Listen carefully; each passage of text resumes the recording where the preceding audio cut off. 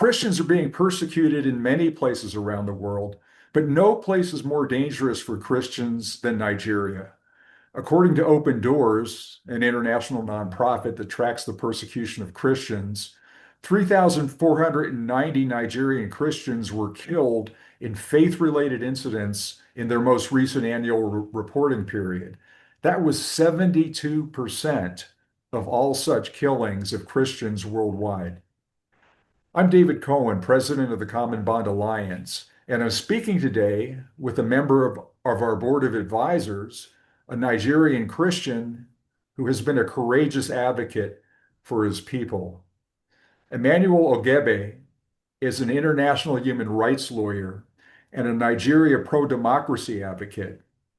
In 1996, Emmanuel was abducted and tortured at Nigeria's presidential villa by the security forces of the military dictator, General Sani Abacha. This occurred following Emmanuel's advocacy for an investigation into the assassination of a pro-democracy activist named Kudirat Abiola, who was killed during the aftermath of an annulled election. Emmanuel has been advocating for his people ever since, both in the United States and internationally. And his later advocacy helped lead to the U.S. designation of Boko Haram as a foreign terrorist organization. So, Emmanuel, thank you very much for your time. And as I noted in the intro, the overwhelming majority of Christians killed for their faith are being killed in Nigeria. So, who is killing the Christians in Nigeria and why? Yes, well, thank you very much for asking me about this really sad subject, Dave. You're right. The Open Doors reported that more Christians were killed in Nigeria than the rest of the world combined last year. The sad subset to that data is that that has been the case for the last decade and a half. So Nigeria has consistently been the unchallenged global epicenter of the mass slaughter of Christians. This week already, over a dozen Christians were killed. Yesterday in Plateau State, which is the state where my mom is from. Last month, in Benue State, where my dad is from, 24 Christians were killed. Now, who is doing the killings? That's a very good question. We have a motley cast of terror groups operating in Nigeria. There's an estimated 40 terror groups operating in Nigeria, including, Al-Qaeda, Al-Nusra. ISIS has opened up its largest franchise outside the Middle East in Nigeria. It's called the Islamic State of West Africa. And then, apart from global terror jihadist group, there's a more regional jihadi group. This is the Fulani militia. And these are medieval horse-riding jihadists who have traded their horses for motorbikes and their bows and arrows for AK-47s. They started a jihad in Nigeria in 1804, and they continue to slaughter in the spirit of jihad in northern Nigeria. So I think that's the world's longest running war, 1804 till the present. And unfortunately, we do have lots of, mischaracterization of what is happening. We're told it's climate change, it's, global warming. When the terrorists themselves said long ago, this is jihad, and we're just doing what, we've been doing for hundreds of years. Why are people trying to attribute it to things like climate change? Yeah, so, part of it is political correctness. The other part is misguided multiculturalism. And I have said to any of the Western hacks who try to paint this as merely, a conflict between farmers and herders. And I'm like, well, when they launched the jihad in 1804, global warming hadn't impacted the planet. So why is it that you are reinventing their motivations just because you have the ability to do so? instead of addressing the root cause. And so, yes, a mix of political correctness and misguided multiculturalism have led to Western um, intellectuals trying to redefine the reality of what is happening. But when you have these people, riding into communities, burning people in their homes, and screaming, Allah is great. Yeah, you can't really say this is purely a land tussle. It isn't. Yeah, no, you've mentioned burning people in their homes. Those of us who have followed this somewhat have heard of some very sadistic and shocking atrocities that have been committed against the Christians in Nigeria. I think, the one incident that got a lot of attention several years ago was when all the schoolgirls were kidnapped, and even people like Michelle Obama were holding signs, bring back our girls. But there have been so many brutal, uh, evil atrocities that have happened since then. Can you give us an idea of the types of things that are happening to Christians? Yeah, where does one start? Apart from the bombing of churches, the burning of communities, the slash and burn of their farmlands, it's an existential threat, to Christian communities in northern Nigeria.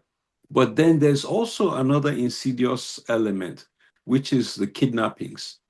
We now have kidnap ghettos or concentration camps, literally communities, villages of hostages that have been held for years. And the logic of the kidnappers is that these are infidels who can be sold and traded as slaves. And so they abduct Christians and keep them, for years in the elements. And they force their families to send money to feed them in captivity. Oh, Now, when these families ultimately raise the ransom, selling their homes, doing all of that, sometimes when the relatives bring the money to pay the ransom, they are also abducted again. Now, one of the most heinous things they do is sometimes they will double the ransom after a first payment has been done, and then they will still kill the person. So, it's really one of the most odious things happening on the planet. One of the really sad stories I heard of this year was a boy who was released. Apparently, he had been captured with his father and his sister, over a year ago, and people thought they were dead. And when he was released from captivity, he said, "Well, they've killed my dad. They sent me out to ask you to pay for my sister." And so when you see the photographs of Christians who are released, freed, or ransomed back, you can see it's almost skeletal, remains, so to speak, very emaciated. And it really, really looks like the photographs that come out of Auschwitz, except that this time it's, black faces. Another thing that is happening, and they do too many horrific things to be able to, go down that rabbit hole. But one of the things that is happening, and this was done by, Boko Haram and ISIS in West Africa, is the abduction of women and girls and children. And what the terrorists were doing was they would implant suicide vests on these girls, put hijabs over them, and release them back into the community. oh, And they would come back and blow themselves up and kill people. Now, at a point, I think Boko Haram and ISWAP had detonated over 300 girls. I think that is by far the most evil thing happening on the planet. I mean, can you imagine someone goes and abducts your daughter, subjects her to whatever horrific ordeal in their camp, and then gives them a choice that they should wear a vest and go back into their communities? And some of those girls, you can imagine, didn't do it because they believed in jihad. They did it because the reality of continuing to live in that um, captivity was too horrific that anything was better than remaining there alive. So, yeah, I have to tell you, I just have chills even recounting this stuff. And I have worked on this exclusively now for over a decade and a half. It never stops to churn my belly and to shock me. That's horrible. The girls that do stay, and I read recently that, the Bring Back Our Girls kidnapping, I think in Chinook, if I remember, I see that over 100 of them are still missing. And they're all, are they not subject to rape, forced conversion? What are some of the things that they go through? I mean, you touched on it that they can't live, obviously they can't be practicing Christians when they're there. They must be forced to adopt Islam.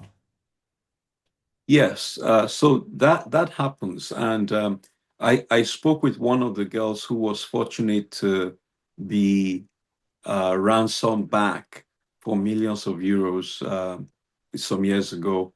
I spoke with her recently, and she said that she believes the count of the girls who are still in the forest with the terrorists is 80 something. Mm. She did say to me that, some of the girls were killed in airstrikes by the Nigerian Air Force. And, that till this day, we've not been able to, we know as a fact that they were killed in airstrikes, but we've never been able to get the names of the girls who were killed.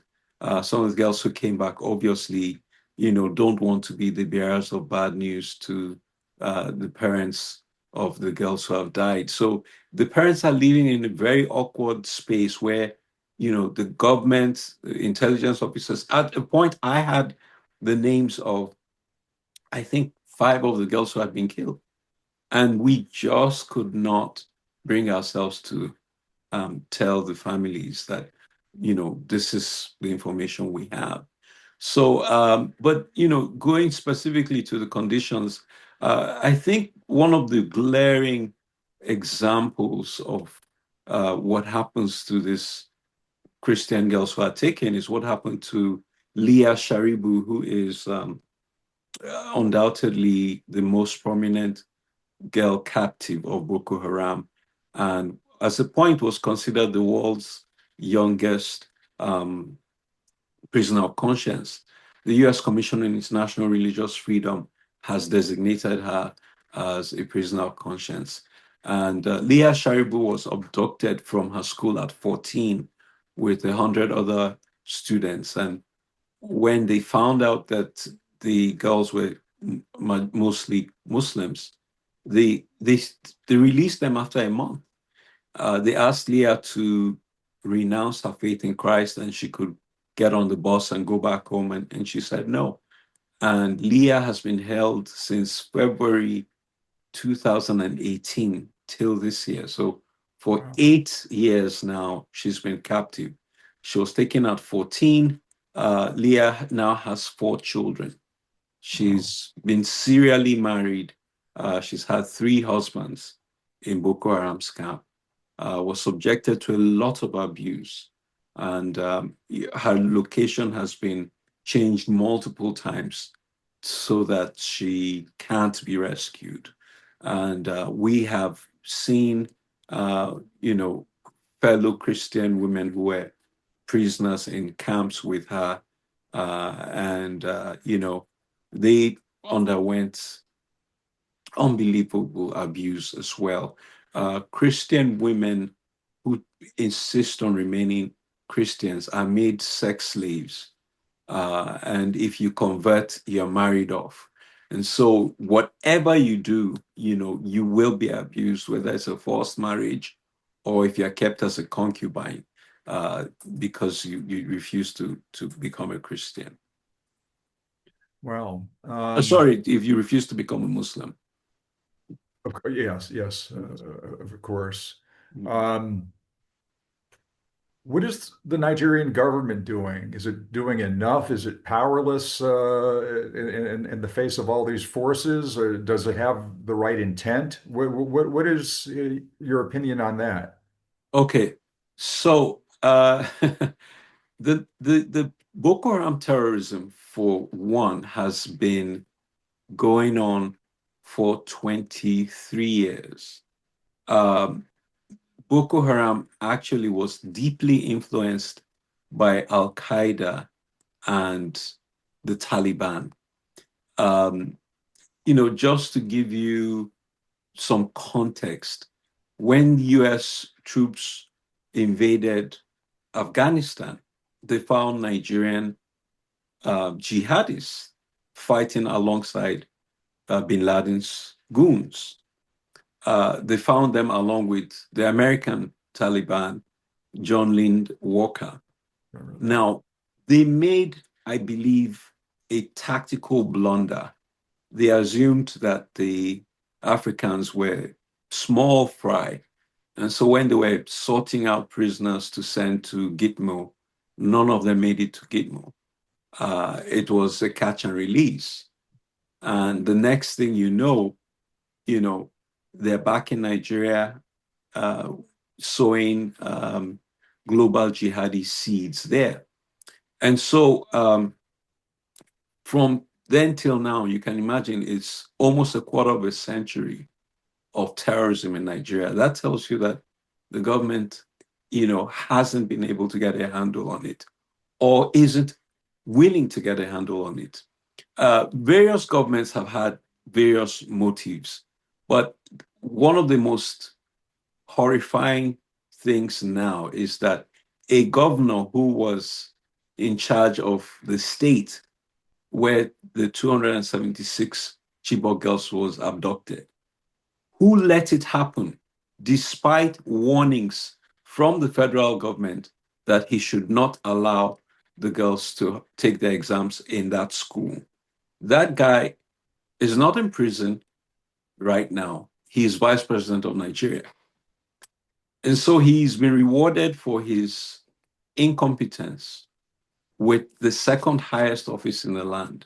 And he is one heartbeat away from the presidency of Africa's largest country.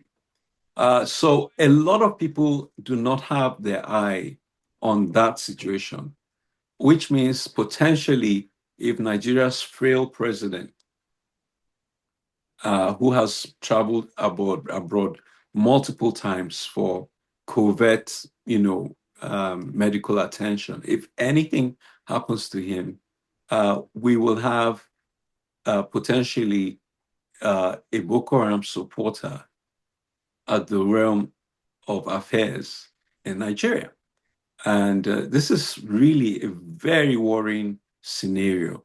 Now, just last week in Washington, the Nigerian government sent 5 ministers and a 12-person delegation for joint working group meetings with the United States. This is pursuant to the designation of Nigeria as a country of particular concern by the US president at the end of last year. And so, theoretically speaking, both countries are working to try and protect Christians more. But let me share with you the good news and the bad news. On Christmas Day, December 25th, 2025, the US struck terror targets in northern Nigeria. That's the good news. The bad news is that the Nigerian government, someone in the government leaked the information to the terrorists and they cleared out Wow. before the missile struck. Now, here's where it gets interesting. President Trump decided to order troops into Nigeria. And so 200 US troops with drones went in. And in May, they launched a terror strike. And here's the good news. The terror strike killed the chief financial officer of ISIS worldwide was killed in Nigeria. Imagine that. But here's the bad news. That same guy had been reported killed by Nigeria 2 years ago. Wow. So you can see how crazy the situation is. If the US hadn't gotten involved, they were still selling the dummy that this guy was dead and he was still financing terror globally. But the really, really sad news is this. Sure, the US has done 2 strikes. Sure, 1 strike was successful, but they're not even killing the real bad guys because the Fulani militia are deadlier than Boko Haram and ISIS. These are the machete-wielding jihadis who slash the tummies of pregnant women and then machete the fetus. There's really nothing more stomach churning than what these people do. And so I will say that there is some interest by the Nigerian government to fight this because of the US pressure. But one of the key things that the Nigerian president needs to do right now is to drop his vice president. You can only imagine what would happen if, Islamist terrorists are able to capture that country, not militarily, but through the democratic process. It's kind of, what happened with Hamas in Palestine. They democratized, they won elections, and they became, an elected terror state. So that's the scenario that we're ultimately looking at if this guy wins another election in January of 2027, and this guy remains his deputy. Well, regarding the vice president, uh, isn't it true that Nigeria, being a country that has traditionally been about half Christian and half Muslim, is that accurate? Yeah, yeah, That hasn't it been sort of an unwritten rule that the presidency and vice presidency would be split between yes, a Christian and a Muslim? So in the yes, 2023 election, yes, the current president is a Muslim, yeah, and his vice president is also a Muslim, and you've yes, noted that they're intending to run again as a ticket yes, next year. yes. So has this upset equilibrium in Nigeria with respect to these issues? Oh, absolutely.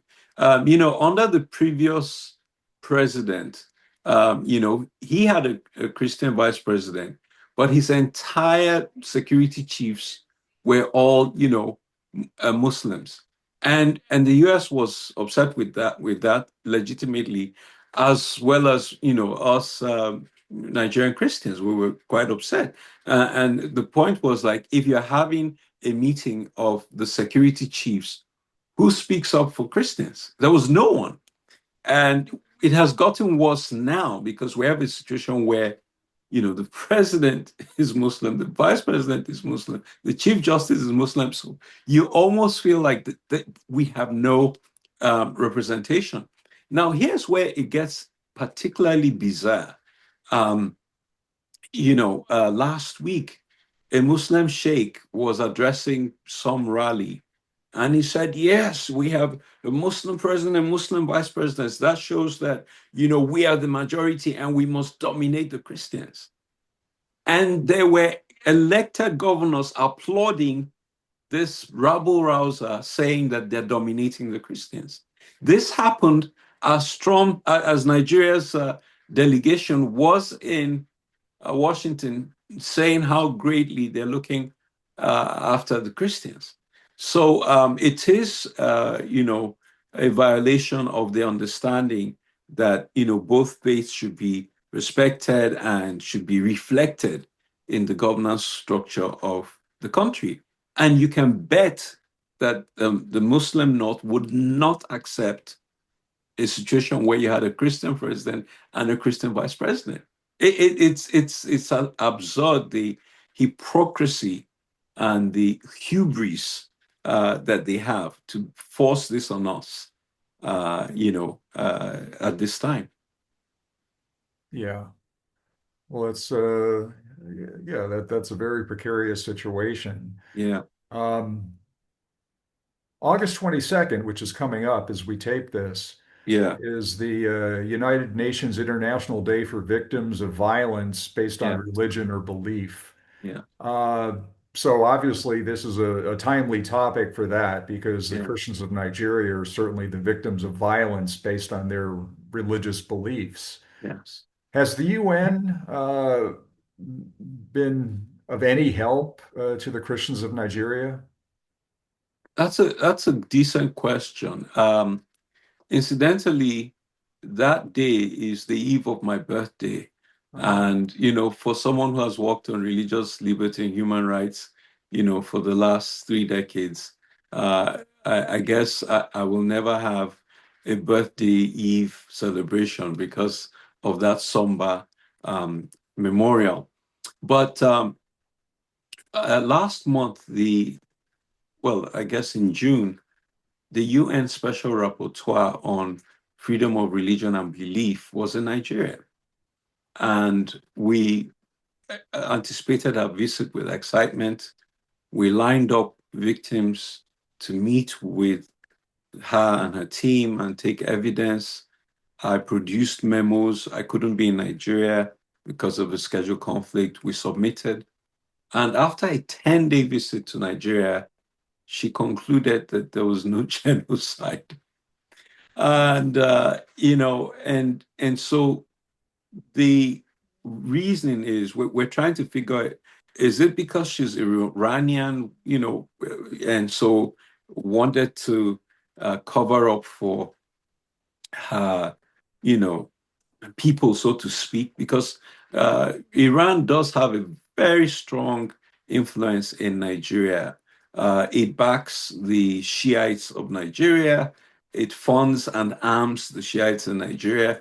So we were not sure what happened, but there are others who speculate that, she could have just, been influenced the old-fashioned Nigerian way. Um, I don't know if you're aware, but the Nigerian government retained lobbyists in Washington for $9 million to convince the US government that they're taking care of Christians. Meanwhile, over 2 million Christians are displaced from their homes in the middle belt of Nigeria alone, uh, more than twice that number in the whole of the North. And so instead of spending money actually taking care of Christians, rehousing them and all of that, the Nigerian government is spending it on foreign lobbyists. And even more interesting, this week announced that, or last week announced that they're going to be building cattle ranches for the Fulani militia headsmen in the states where Christians are displaced. So the UN hasn't been particularly helpful, in recent times. And in the past, it has failed us as well. Let me mention the International Criminal Court. We try to work with the International Criminal Court to investigate and prosecute crimes against humanity in Nigeria. And one of the prosecutors, who was there for about 8 years, was a Muslim woman from Gambia. And she dragged her feet till the last minute, said there were problems in Nigeria and said, I'm leaving it to my successor to prosecute if he has the money. So it was a total cop out. The next prosecutor came in, again a Muslim from the UK, and Prosecutor Khan refused to move forward with anything. In fact, he paid a courtesy call on Nigeria's president, who was linked to, the Fulani militia and all of that, in total violation of, ethical conduct for a prosecutor. And he apparently was just suspended some months ago, from office. So we have not had any traction in getting actual prosecutions for the atrocities that have been going on, all this while in Nigeria. I guess I should, in a final note on the UN, mention that this week is actually the anniversary of the deadliest bombing or the deadliest terror attack on the United Nations. And that attack was in 2013 in Abuja, Nigeria. The United Nations building was attacked. I was in town that day. An American friend of mine was in the rubble that day. I spoke to her during the attack, and I flew out that night. And it took over a year for us to be able to get the UN to designate Boko Haram a terrorist organization, when they themselves were victims of terror. So, Yeah. yeah, I mean, it really is unbelievable what we've had to do. It took us a couple of years to convince the United States to designate a terror group that attacked American citizens as a terror group. So I have to say, on multiple levels, the world has failed us on this one. Yeah, it certainly has because the scale of death and Mm, other atrocities that are occurring, yeah, has not generated the level of interest that certain other causes yeah, have, which are much less. yeah. Or perhaps those are the fact that innocent people are suffering through Hmm. no fault of their own is much more apparent Yes. in Nigeria than it is in other Yeah. conflicts. Uh, what would be your message to people who are just learning about what's going on in Nigeria, or people who've known about it for a while, but um, would like to see more awareness and more people adding their voices to the voices of the unheard Christians in Nigeria who are Yeah. trying to get international support? What can we do? Yes. It's been an uphill task, and we do need, more people looking at this, acting on this. Um, One of the first things you can do is sustain the pressure. Write to your congressman to support the bill HR 7457. It's a bill on Nigeria. It would impose sanctions, it will provide aid. So, have your congressman tell them to act on Nigeria. Another thing you need to do is tell your congressman that the US needs to hold Nigeria um, responsible for conducting fair elections that are representative of its Christian population. Of course, you can provide relief, provide aid to credible organizations that are doing good work in Nigeria. Uh, you can pray for Christians in Nigeria, but spread the word. We have a chance to save lives in what is essentially the worst thing happening to Christians on the planet. Um, you know, at a point, every other hour, a Christian was being killed in Nigeria, and that's just horrendous. It doesn't get the flash news because it is so insidious. It is, like dripping water. It's not one big explosion of a church and 100 people killed. It's one person killed every other hour. And so we need to stop that death by 1,000 cuts. So yeah, there's a whole uh, panoply of things that can be done, but these are some of the few steps that can be taken. And of course, spread the word, share this video, and let's get people involved to end one of the evils of our generation. Thank you so much, Emmanuel. I really appreciate your sharing your insights, and hopefully people will heed your call to add their voices to the people who are suffering in Nigeria.